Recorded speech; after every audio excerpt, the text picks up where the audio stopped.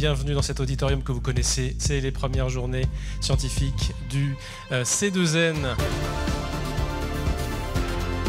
On a reçu sur scène des jeunes chercheuses, des jeunes chercheurs qui nous ont parlé de leurs travaux de recherche, qui nous ont fait entrer dans leur quotidien de chercheuses et de chercheurs.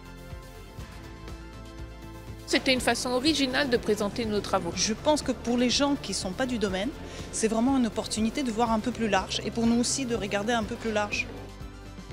Ça permet de faire le focus sur ça, sur ce qui se passe dans nos murs et de cette fierté de notre laboratoire qui finalement touche des domaines hyper différents alors qu'on a un outil commun.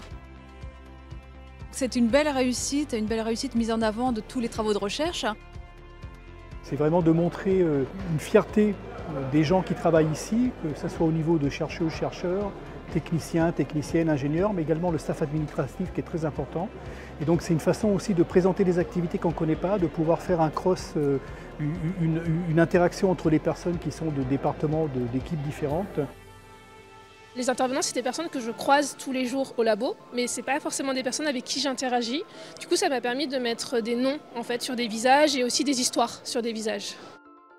J'ai appris des choses, c'était très intéressant, notamment parce que normalement on entend les collègues parler que des sciences. Et aujourd'hui on a vu aussi des témoignages des choses qui sont à côté.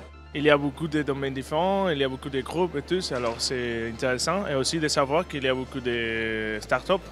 Pour moi, c'est bien de voir aussi l'interdisciplinarité parce qu'il y a la physique, il y a les matériaux, mais en vrai, c'est un peu important de lier tout ça. Ça représente aussi une forme à la fois de bilan et de premier pas.